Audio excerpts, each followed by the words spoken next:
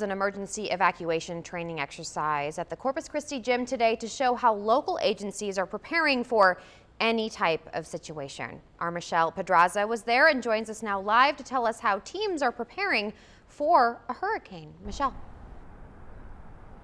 Well, Mackenzie, the evacuation process did take place here at the Corpus Christi Gym on Cabanas Parkway, with teams of city employees making sure that everybody knows what to do under pressure.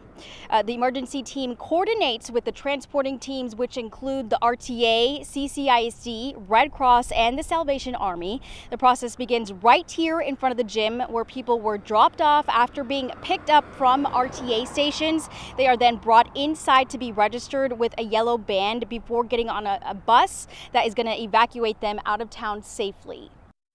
I think it's important to be able to get the right information out into the community, into these families, instead of the miscommunication of just call 911 and go to the hospital, just call 211, and that seems to be where the disaster planning stops. I think it's a lot less hassle, and I like the tracking system, that it accounts for everybody going up and coming back. And that system is very accurate. Once they are registered inside, evacuees are then registered a second time before getting on those buses that are going to be headed to San Antonio. And this is the same process that crews used last year during the evacuation before Hurricane Harvey. And organizers tell me that they definitely learned a lot during last year's storm, and it has helped with everything with this training.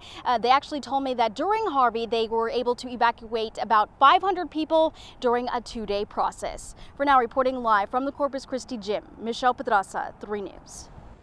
Okay, Michelle, always important to stay practiced and ready. And there's a